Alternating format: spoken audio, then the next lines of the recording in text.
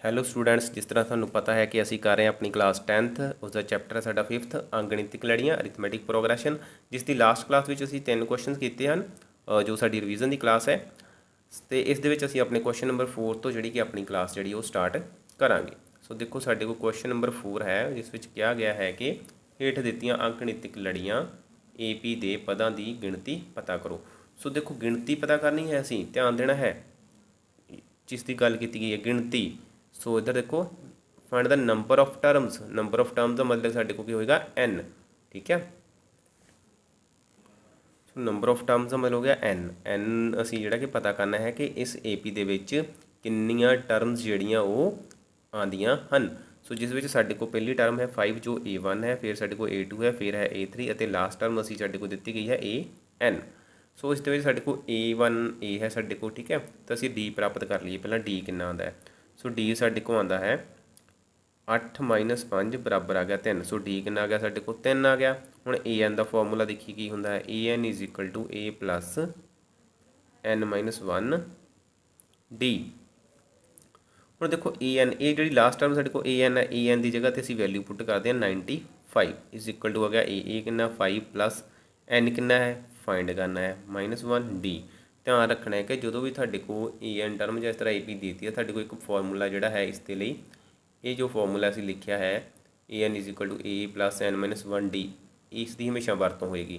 हुण देखो इस विच AN AN ते D 4 टर्म इहो जिहियां हन जिन्हां नूं असीं फाइंड करना हुंदा है। सो इन्हां 4 टर्म्स दे विचों तुहाडे को हमेशा 3 टर्म्स जिहड़ियां गिवन दे दित्तियां जाणगीआं ते 4th टर्म असीं हमेशा फाइंड करन नूं दित्ती जाएगी। वो 4th कोई भी हो सकती है, AN पता करन नूं किहा जा सकता है, A पता करन नूं किहा जा सकता है, N पता करन नूं किहा जा सकता है जिस तरह इस क्वेश्चन दे विच है, D भी पता करन नूं किहा जा सकता है।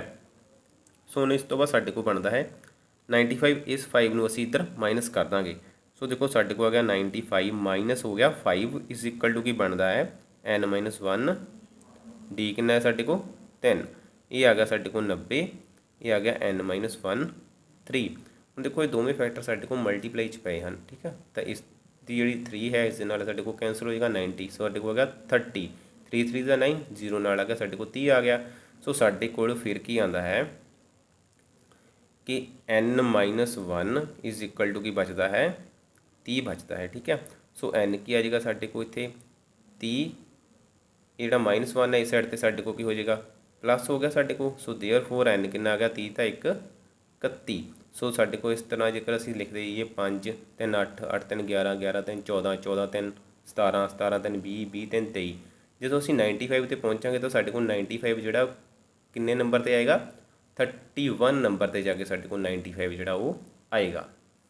ਸੋ ਫਿਰ ਸਾਡੇ ਕੋਲ ਕੁਐਸਚਨ ਨੰਬਰ ਹੈ 2, ਜਿਸ ਵਿੱਚ A1 ਹੈ -5, A2 ਹੈ -8, A3 ਹੈ -11 ਅਤੇ AN ਜਿਹੜਾ ਸਾਨੂੰ ਦੇ ਦਿੱਤਾ ਹੈ 230 ਦੇ ਦਿੱਤਾ ਗਿਆ ਹੈ ਤੇ ਸਾਰੀਆਂ ਟਰਮ ਸਾਡੇ ਕੋਲ ਕਾਚਨ ਮਾਈਨਸ ਦੇ ਵਿੱਚ ਦਿੱਤੀਆਂ ਗਈਆਂ ਹਨ। ਹੁਣ ਦੇਖੋ ਸਾਡੇ ਕੋਲ AN ਦਿੱਤਾ ਗਿਆ ਹੈ। ਠੀਕ ਹੈ, AN the formula A + n - 1 D ਹੁੰਦਾ ਸਾਡੇ ਕੋਲ। ਸੋ ਸਭ ਤੋਂ ਪਹਿਲਾਂ ਅਸੀਂ D ਪ੍ਰਾਪਤ ਕਰਦੇ ਹਾਂ। D ਸਾਡੇ ਕੋਲ ਹੋਏਗਾ -8। ਹੁਣ ਦੇਖੋ ਮਾਈਨਸ ਵਾਲੀ ਵੈਲਿਊ ਅਸੀਂ ਇਹਨੂੰ ਮਾਈਨਸ ਕਰਨਾ ਹੈ 5 ਨੂੰ। ਠੀਕ ਹੈ, ਪਹਿਲਾਂ ਹੀ ਮਾਈਨਸ ਜਾਂ ਕੀ ਹੋ ਜਾਏਗਾ ਪਲੱਸ। ਠੀਕ ਹੈ, ਤਾਂ D ਸਾਡੇ ਕੋਲ ਕਿੰਨਾ ਆ ਗਿਆ -8 + 5 ਮਾਈਨਸ ਪਲੱਸ ਮਾਈਨਸ ਸਾਈਨ ਕਿਹੜੀ ਵੈਲਿਊ ਦਾ ਵੱਡੀ ਵੈਲਿਊ ਦਾ, ਵੱਡੀ ਸੰਖਿਆ 8 ਹੈ ਉਹਦੇ ਅੱਗੇ ਸਾਈਨ ਹੈ ਮਾਈਨਸ ਦਾ। ਸੋ -3 ਆ ਗਿਆ ਸਾਡੇ ਕੋਲ। ਹੁਣ ਦੇਖੋ AN the formula AN = A + n - 1 D। AN ਕਿੰਨਾ ਹੈ ਸਾਡੇ ਕੋਲ -230 = A ਕਿੰਨਾ ਹੈ -5 + n - 1 D ਕਿੰਨਾ ਆਇਆ ਸਾਡੇ ਕੋਲ -3। ਸੋ ਇੱਕ ਗੱਲ ਦਾ ਧਿਆਨ ਰੱਖਣਾ ਹੈ, ਜਦੋਂ ਤੁਹਾਡੇ ਕੋਈ AP ਮਾਈਨਸ ਵਿੱਚ ਦੇ ਦਿੱਤੀ ਗਈ ਨਾ ਸਾਰੀ ਸੰਖਿਆਵਾਂ ਵੱਧਦੀਆਂ ਜਾਣ ਤਾਂ ਤੁਹਾਡੇ ਕੋਲ D ਜਿਹੜਾ ਕੱਚ ਹੋਏਗਾ ਨੈਗੇਟਿਵ 'ਚ ਆਏਗਾ। ਹੁਣ ਇਹ ਆ ਗਿਆ -230, ਇਹ ਵਾਲਾ ਮਾਈਨਸ ਜਿਹੜਾ ਇਸ ਸਾਈਡ ਤੇ ਹੋ ਗਿਆ ਸਾਡੇ ਕੋਲ प्लस। सो कर तो प्लस साढ़े को बन गया n - 1 - 3 बच जाता है। क्लीयर। ਹੁਣ ਇਸ ਤੋਂ ਬਾਅਦ ਦੇਖੋ ਸਾਡੇ को की आंदा है -230 + 5 है ना, माइनस प्लस माइनस माइनस किया साढ़े को आ गया -225 क्योंकि वड्डी संख्या माइनस वाली है, आंसर आ गया माइनस में। फिर साढ़े को बराबर n - 1 - 3। सो इनू इस तरह लिखो n - 1 ब्रैकेट में -3। सो हुण देखो इस नाल भी माइनस पिया है, इधर भी माइनस पिया, दोवें माइनस कैंसल हो गए। साढ़े को आ 225 = n - 1 नाल आ गया 3। हुण ये फिर दोवें मल्टीप्लाई च पे हैं 3 इस साइड ते साढ़े को इस दे नाल कैंसल होएगा, डिवाइड कर देंगे या डिवाइड कर लो इस तरह ਜਾਂ ਫਿਰ ਅਸੀਂ ਸਿੱਧਾ ਵੀ ਕੈਂਸਲ ਜਿਹੜਾ ਕਿ ਕਟਿੰਗ ਜਿਹੜੀ ਉਹ ਕਰ ਸਕਦੇ ਹਾਂ, ਜਿਸ ਤਰ੍ਹਾਂ ਇਸ ਕੁਐਸਚਨ ਦੇ ਵਿੱਚ ਅਸੀਂ ਕੀਤੀ ਹੈ। ਹੁਣ 3 7 ਦਾ ਕਿੰਨਾ ਆ ਗਿਆ 21, ਇੱਥੇ 22 ਸੀਗਾ, ਇੱਕ ਬਚਿਆ ਸਾਡੇ ਕੋਲ ਇੱਧਰ 15 ਬਣਨਗੇ ਨਾ, 15 3 5 ਦਾ ਕਿੰਨਾ ਆ ਗਿਆ 15, 3 1 ਦਾ 3, ਸੋ ਸਾਡੇ ਕੋਲ ਆ ਗਿਆ 75 is equal to n-1। So n find ਕਰਨਾ ਹੈ, -1 ਇਸ ਸਾਈਡ 'ਤੇ ਸਾਡੇ ਕੋਲ ਹੋ ਗਿਆ ਪਲੱਸ ਹੋ ਜਾਏਗਾ।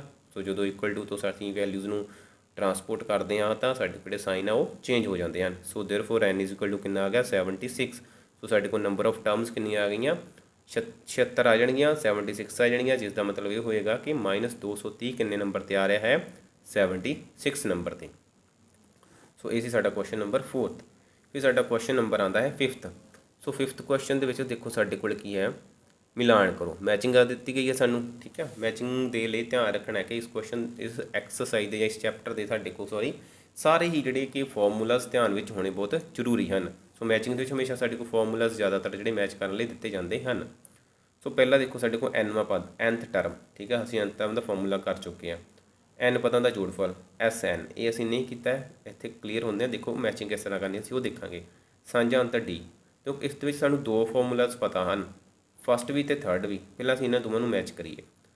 ਸੋ nth ਟਰਮ a + n-1d, ਸੋ ਇਹ ਸਾਡੇ ਕੋਲ ਹੋ ਗਈ ਇਸ ਦੇ ਨਾਲ ਮੈਚ, ਕਲੀਅਰ, ਇੱਕ ਹੋ ਗਿਆ ਮੈਚ। ਹੁਣ d ਕੀ ਹੁੰਦਾ ਹੈ, ਸੈਕਿੰਡ ਟਰਮ ਦੇ ਵਿੱਚੋਂ ਫਸਟ ਟਰਮ ਮਾਈਨਸ, ਸੋ a2 - a1, ਇਹ ਸਾਡਾ ਇੱਧਰ ਮੈਚ ਹੋ ਗਿਆ, ਕਲੀਅਰ। ਹੁਣ ਦੋ ਮੈਚ ਹੋ ਗਏ, ਥਰਡ ਬਚਿਆ, ਇਹਦਾ ਮਤਲਬ ਥਰਡ ਜਿਹੜਾ ਸਾਨੂੰ ਅੰਡਰਸਟੂਡ ਹੈ ਜਾਂ ਕਲੀਅਰ ਹੈ ਕਿ ਇਹ ਸਾਡਾ ਇਸ ਦੇ ਨਾਲ ਮੈਚ ਹੋ ਜਾਏਗਾ। ਸੋ ਇਹ ਸਾਡਾ Sn ਦਾ ਫਾਰਮੂਲਾ n/2 2a + n-1d। ਸੋ ਜਦੋਂ ਇਸ ਦਾ ਕੁਐਸਚਨ ਆਏਗਾ ਇਸ ਨੂੰ ਅਸੀਂ ਪੂਰਾ ਫਿਰ ਡਿਸਕਸ ਜਿਹੜਾ ਉਹ ਕਰਾਂਗੇ।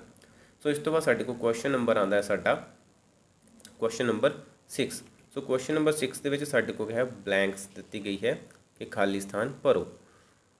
ਸੋ ਉਸ ਦੇ ਵਿੱਚ ਸਾਡੇ ਕੋਲ ਦੇਖੋ ਕੋਮਾ, ਫਿਰ ਡਾਟ ਪਾ ਕੇ, ਫਿਰ ਕੋਮਾ, ਫਿਰ ਡਾਟ ਪਾ ਕੇ, ਫਿਰ ਕੋਮਾ, ਫਿਰ 14। ਇਸ ਦਾ ਮਤਲਬ ਅਸੀਂ ਦੋ ਟਰਮ ਜਿਹੜੀਆਂ ਭਰਨੀਆਂ ਹਨ। ਇੱਕ ਟਰਮ ਸਾਡੇ ਕੋਲ 2 ਦਿੱਤੀ ਗਈ ਹੈ, ਜੋ ਸਾਡੇ ਕੋਲ ਟਰਮ ਹੈ ਸਾਡੀ a1। ਸੋ ਇਹ ਇੱਥੇ ਆਏਗੀ ਸਾਡੇ ਕੋਲ a2, ਇੱਥੇ ਆਏਗੀ a3, ਅਤੇ ਇਹ ਸਾਨੂੰ ਦਿੱਤੀ ਗਈ ਹੈ a4, ਕਲੀਅਰ। ਹੁਣ a1 term is equal to ਹੋ ਗਈ a ਦੇ, ਇਹਦਾ ਮਤਲਬ a ਕਿਹਦੇ ਬਰਾਬਰ ਹੈ 2 ਦੇ। ਸੋ a4 ਕਿਹਦੇ ਬਰਾਬਰ ਹੈ ਸਾਡੇ ਕੋਲ is equal to a plus ਇਸ ਤੋਂ ਇੱਕ ਘੱਟ ਟਰਮ ਅਸੀਂ d ਨਾਲ ਮਲਟੀਪਲਾਈ ਕਰਨੀ ਹੈ 3d। ਸੋ a4 ਕਿੰਨਾ ਹੈ 14, a ਕਿੰਨਾ ਹੈ ਸਾਡੇ ਕੋਲ 2 ਪਲੱਸ ਕਿੰਨਾ ਆ ਗਿਆ 3d। ਹੁਣ ਦੇਖੋ ਸਾਡੇ ਕੋਲ 14 - 2 ਇਜ਼ ਇਕੁਅਲ ਟੂ ਕੀ ਬਚ ਜਾਂਦਾ ਹੈ 3d ਆ ਗਿਆ। ਸੋ 14 ਚੋਂ 2 ਮਾਈਨਸ ਕਰੋ, ਸਾਡੇ ਕੋਲ ਆ ਗਿਆ 12 ਇਜ਼ ਇਕੁਅਲ ਟੂ 3d। ਸੋ 3 1 ਦਾ 3, 3 4 ਦਾ 12। ਸੋ ਦੇਅਰਫੋਰ ਜਿਹੜਾ ਸਾਡੇ ਕੋਲ d ਆਉਂਦਾ ਹੈ, d ਕਿੰਨਾ ਆਉਂਦਾ ਹੈ 4 ਜਿਹੜਾ ਉਹ ਆ ਜਾਂਦਾ ਹੈ। ਸੋ d ਦੀ ਵੈਲਿਊ ਆ ਗਈ 4। ਹੁਣ ਦੇਖੋ ਅਸੀਂ ਟਰਮ ਜਿਹੜੀ ਸੈਕਿੰਡ ਲਿਖਣੀ ਹੈ। ਸੋ ਸੈਕਿੰਡ ਟਰਮ ਕਿਹਦੇ ਬਰਾਬਰ ਹੁੰਦੀ ਹੈ ਸਾਡੇ ਕੋਲ a2 ਬਰਾਬਰ ਹੈ ਸਾਡੇ ਕੋਲ a + d ਦੇ। ਧਿਆਨ ਨਾਲ ਸਮਝਣਾ ਇਸ ਚੀਜ਼ ਨੂੰ, ਠੀਕ ਹੈ। ਸੋ ਦੇਖੋ a2 ਫਾਈਂਡ ਕਰਨੀ ਹੈ, a2 ਫਾਈਂਡ ਕਰਨੀ ਹੈ ਤਾਂ ਇਸ ਦਾ ਮਤਲਬ ਇਹ ਹੋ ਗਿਆ ਕਿ ਅਸੀਂ 1d ਜਿਹੜਾ ਕਿ ਉਹ ਲਿਖਾਂਗੇ, ਠੀਕ ਹੈ। ਜਿੰਨਾ ਵੀ ਇੱਥੇ ਟਰਮ ਹੋਵੇ ਉਨੇ ਹੀ ਅਸੀਂ ਉਸ ਤੋਂ ਇੱਕ ਘੱਟ ਜਿਹੜੇ d ਆ ਇੱਥੇ ਲਿਖਣੇ ਹੁੰਦੇ ਹਨ। ਹੁਣ a ਕਿੰਨਾ ਹੈ ਸਾਡੇ ਕੋਲ, a ਹੈ ਸਾਡੇ ਕੋਲ, ਠੀਕ ਹੈ। a ਕਿੰਨਾ ਹੈ ਸਾਡੇ ਕੋਲ 2, ਅਤੇ d ਕਿੰਨਾ ਹੈ 4। ਇਹਦਾ ਮਤਲਬ 2 + 4 ਕਿੰਨਾ ਬਣ ਗਿਆ 6। ਇਹਦਾ ਮਤਲਬ ਸੈਕਿੰਡ ਟਰਮ ਸਾਡੇ ਕੋਲ ਆ ਜਾਏਗੀ 6। ਸੋ ਸੈਕਿੰਡ ਬਲੈਕਸ 'ਚ ਆ ਗਿਆ ਸਾਡੇ ਕੋਲ 6 ਆ ਗਿਆ। ਫਿਰ ਥਰਡ ਟਰਮ ਦੇਖੋ ਕਿੰਨੀ ਆਏਗੀ, ਹੁਣ 6 ਹੈ ਸਾਡੇ ਕੋਲ, ਫਿਰ d ਹੁਣ 6 ਦੇ ਵਿੱਚ ਐਡ ਕਰ ਦਿਓ, ਕਿੰਨਾ ਹੈ ਸਾਡੇ ਕੋਲ d 4। 6 ਅਤੇ 4 ਕਿੰਨਾ ਆ ਗਿਆ 10, 10 ਆ ਗਿਆ। ਹੁਣ d ਕਿੰਨਾ ਸੀ 4, 10 4 ਐਡ ਕਰੋ 14 ਬਣ ਗਿਆ। ਇਸ ਤੋਂ ਅਗਲੀ ਟਰਮ ਲਿਖਣੀ ਹੋਵੇ ਤਾਂ 14 ਜਮਾ 4 ਕਰ ਦਾਂਗੇ 18 ਆ ਜਾਏਗੀ। ਸੋ ਇਸ ਕੁਐਸਚਨ ਨੰਬਰ 6। ਫਿਰ ਹੁੰਦਾ ਹੈ ਸਾਡਾ ਕੁਐਸਚਨ ਨੰਬਰ 7th, ਜਿਸ ਵਿੱਚ ਦਿੱਤਾ ਹੈ ਕਿ ਜੇਕਰ an is equal to 3n + 2 ਹੋਵੇ ਤਾਂ ਲੜੀ ਪਤਾ ਕਰੋ। ਲੜੀ ਮੀਨਸ ਕਿ AP ਸੀਰੀਜ਼ ਫਾਈਂਡ ਕਰਨੀ ਹੈ, ਠੀਕ ਹੈ। an ਗਿਵਨ ਦਿੱਤਾ ਸਾਡੇ ਕੋਲ। ਸੋ ਧਿਆਨ ਦਿਓ ਕਿ an ਦਿੱਤਾ ਸਾਡੇ ਕੋਲ 3n + 2। ਸੋ n ਦਾ ਮਤਲਬ ਹੁੰਦਾ ਹੈ number of terms, first term, second term, third term. So ਦੇਖੋ ਅਸੀਂ 1 ਫਾਈਂਡ ਕਰਨ ਲੱਗੇ, ਠੀਕ ਹੈ। n ਦੀ ਜਗ੍ਹਾ 'ਤੇ 1 ਲਿਖੋ, ਸਾਡੇ ਕੋਲ ਆ ਗਿਆ 3, n ਦੀ ਜਗ੍ਹਾ 'ਤੇ 1 ਆ ਗਿਆ, ਪਲੱਸ ਆ ਗਿਆ 2। ਸੋ ਇਸ ਵਾਲੇ n ਨੂੰ ਤੁਸੀਂ ਹਮੇਸ਼ਾ ਇੱਥੇ ਬ੍ਰੈਕਟ ਵਿੱਚ ਲਿਖਣੀ ਹੈ, ਜੋ ਵੀ ਵੈਲਿਊ ਲਿਖਣੀ ਹੈ। ਸੋ ਸਾਡੇ ਕੋਲ a1 ਕਿੰਨਾ ਆ ਜਾਏਗਾ 3 1 ਦਾ 3, 3 1 3 + 2, 3 + 2 ਕਿੰਨਾ ਆ ਗਿਆ ਸਾਡੇ ਕੋਲ a1 ਆ ਗਿਆ ਸਾਡੇ ਕੋਲ 5। ਸੋ AP ਦੀ ਪਹਿਲੀ ਸਾਡੇ ਕੋਲ ਜਿਹੜੀ ਟਰਮ ਆ ਜਾਂਦੀ ਹੈ ਉਹ ਕਿੰਨੀ ਆ ਜਾਂਦੀ ਹੈ 5, ਠੀਕ ਹੈ, ਕੋਮਾ। ਹੁਣ ਸੈਕਿੰਡ ਟਰਮ ਕਿੰਨੀ ਆਏਗੀ ਸਾਡੇ ਕੋਲ, ਠੀਕ ਹੈ। ਸੋ ਦੇਖਦੇ ਹਾਂ, a2 ਲਿਖੋ, 3 ਲਿਖਿਆ, ਫਿਰ ਬ੍ਰੈਕਟ ਵਿੱਚ 2 ਲਿਖਿਆ, n ਦੀ ਜਗ੍ਹਾ 'ਤੇ ਅਸੀਂ ਪਲੱਸ ਆ ਗਿਆ ਸਾਡੇ ਕੋਲ 2। ਸੋ 3 2 ਦਾ 6 + 2 ਕਿੰਨਾ ਆ ਗਿਆ ਸਾਡੇ ਕੋਲ a2 ਆ ਗਿਆ ਸਾਡੇ ਕੋਲ 8। ਸੋ ਸਾਡੇ ਕੋਲ ਸੈਕਿੰਡ ਟਰਮ ਆ ਗਈ 8।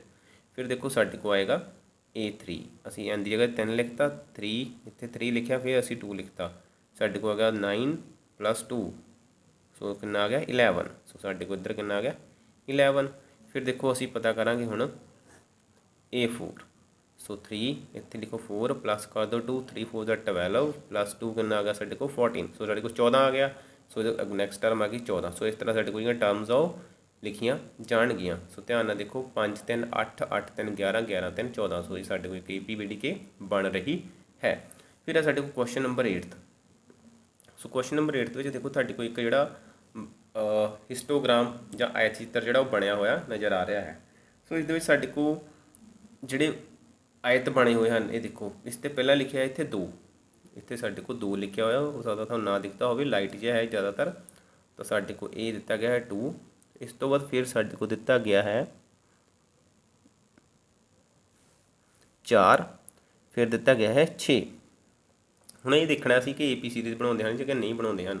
ਦੇਖੋ ਸਭ ਤੋਂ ਪਹਿਲਾਂ ਤਾਂ 2 + 2 4 ਹੋ ਗਿਆ 2 ਐਡ ਹੋਇਆ 4 'ਚ 2 ਐਡ ਕਰੋ 6 ਕਲੀਅਰ ਹੋ ਗਿਆ ਕਿ ਸਾਡੇ ਕੋਲ ਇੱਕ ਜਿਹੜੀ ਕਿ ਕੌਂਸਟੈਂਟ ਵੈਲਿਊ ਜਿਹੜੀ ਉਹ ਐਡ ਹੋ ਰਹੀ ਹੈ। ਸੋ ਜਦੋਂ ਕੌਂਸਟੈਂਟ ਵੈਲਿਊ ਐਡ ਹੋ ਰਹੀ ਹੈ ਸਾਰੀਆਂ ਟਰਮਸ ਦੇ ਵਿੱਚ ਤਾਂ ਅਗਲੀ ਟਰਮ ਸਾਡੇ ਕੋਲ ਜਿਹੜੀ ਨੈਕਸਟ ਟਰਮ ਉਹ ਬਣ ਰਹੀ ਹੈ ਤਾਂ ਇਹਦਾ ਮਤਲਬ AP ਹੈ। ਪਰ AP ਨੂੰ ਫਾਈਂਡ ਕਰਨ ਦੇ ਲਈ ਅਸੀਂ D ਚੈੱਕ ਕਰ ਰਹੇ ਹਾਂ ਸੋ ਇਸ ਲਈ ਸਭ ਤੋਂ ਪਹਿਲਾਂ ਅਸੀਂ ਇਹਦਾ D ਚੈੱਕ ਕਰਾਂਗੇ। ਸੋ ਇਹ ਸਾਡੇ ਕੋਲ ਹੋਏਗੀ A1 ਟਰਮ A2 ਟਰਮ ਤੇ A3 ਟਰਮ। ਸੋ ਸਭ ਤੋਂ ਪਹਿਲਾਂ ਅਸੀਂ D ਆਪਣਾ ਚੈੱਕ ਕਰਦੇ ਹਾਂ D1 A2 - A1 ਸਾਡੇ ਕੋਲ ਕੀ ਆ ਗਿਆ 4 - 2 = 2 ਸੋ D1 ਕਿੰਨਾ ਆ ਗਿਆ ਸਾਡੇ ਕੋਲ 2 ਆ ਜਾਂਦਾ ਹੈ।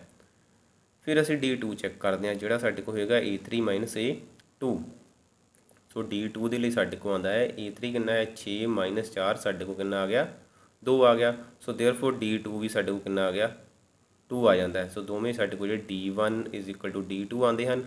ਸੋ ਜਦੋਂ ਸਾਡੇ ਕੋਲ D ਬਰਾਬਰ ਆ ਗਏ ਤਾਂ ਇਹ ਸਾਡੇ ਕੋਲ ਕੀ ਹੋਏਗੀ AP ਹੋਏਗੀ। ਸੋ ਇੱਕ ਗੱਲ ਦਾ ਧਿਆਨ ਰੱਖਣਾ ਹੈ ਇੱਥੇ ਸਾਡੇ ਕੋਲ 3 ਟਰਮ ਸੀ ਸੋ ਜਿੰਨੀਆਂ ਵੀ ਟਰਮਸ ਹੋਣ ਉਸ ਤੋਂ ਇੱਕ ਘੱਟ ਸਾਡੇ ਕੋਲ D ਜਿਹੜੇ ਕਿ ਪ੍ਰਾਪਤ ਹੁੰਦੇ ਹਨ। ਜੇਕਰ ਹੋਰ ਟਰਮਸ ਹੁੰਦੀਆਂ ਤਾਂ ਅਸੀਂ ਹੋਰ ਵੀ D ਪ੍ਰਾਪਤ ਕਰਦੇ। ਸੋ AP ਦੇ ਲਈ ਸਾਡੇ ਕੋਲ ਸਾਰੇ D ਜਿਹੜੇ ਬਰਾਬਰ ਹੋਣੇ ਜ਼ਰੂਰੀ ਹਨ। ਇੱਥੇ 2 D ਨਿਕਲਣੇ ਸੀ ਇਸ ਲਈ 2 D ਬਰਾਬਰ ਹੈ ਤਾਂ ਇਸ ਨੂੰ ਅਸੀਂ AP ਜਿਹੜਾ ਕਿ ਕਹਿ ਦਿੱਤਾ ਹੈ। ਮੰਨ ਲਓ ਤੁਹਾਡੇ ਕੋਲ ਟਰਮ ਜੇ ਜ਼ਿਆਦਾ ਹੁੰਦੀਆਂ 5 ਟਰਮ ਹੁੰਦੀਆਂ 6 ਟਰਮ ਹੁੰਦੀਆਂ ਤੁਹਾਡੇ ਕੋਲ ਹੋਰ D ਪ੍ਰਾਪਤ ਹੋਣੇ ਸੀਗੇ ਤਾਂ ਤੁਹਾਨੂੰ ਸਾਰੇ D ਚੈੱਕ ਕਰਨੇ ਪੈਣੇ ਸੀ ਕਿ ਬਰਾਬਰ ਆਉਂਦੇ ਕਿ ਨਹੀਂ ਆਉਂਦੇ। ਜੇਕਰ ਉਹ D ਕੋਈ ਵੀ ਬਰਾਬਰ ਨਾ ਆਉਂਦਾ ਤਾਂ ਅਸੀਂ ਲਿਖਣਾ ਸੀ ਕਿ ਇਹ ਸਾਨੂੰ ਜੋ AP ਬਣ ਦਿੱਤੀ ਗਈ ਹੈ ਇਹ ਉਹ AP ਨਹੀਂ ਹੈ। ਸੋ ਇਹ ਸੀ ਸਾਡਾ ਕੁਐਸਚਨ ਨੰਬਰ 8th ਕੁਐਸਚਨ। ਸੋ ਹੁਣ ਅਸੀਂ ਆਪਣੀ ਨੈਕਸਟ ਕਲਾਸ ਦੇ ਵਿੱਚ ਗੱਲ ਕਰਾਂਗੇ ਇਸ ਤੋਂ ਨੈਕਸਟ ਕੁਐਸਚਨ ਦੀ। ਸੋ ਇਹ ਵੀ ਕਲਾਸ ਸਾਡੀ ਜਿਹੜੀ ਕਿ ਲੋੜ ਅਨੁਸਾਰ ਜਿਹੜੀ ਪੂਰੀ ਬਣ ਚੁੱਕੀ ਹੈ। ਸੋ ਥੈਂਕ ਯੂ ਮਿਲਦੇ ਹਾਂ ਨੈਕਸਟ ਕਲਾਸ ਦੇ ਵਿੱਚ ਨੈਕਸਟ ਕੁਐਸਚਨਸ ਦੇ ਨਾਲ।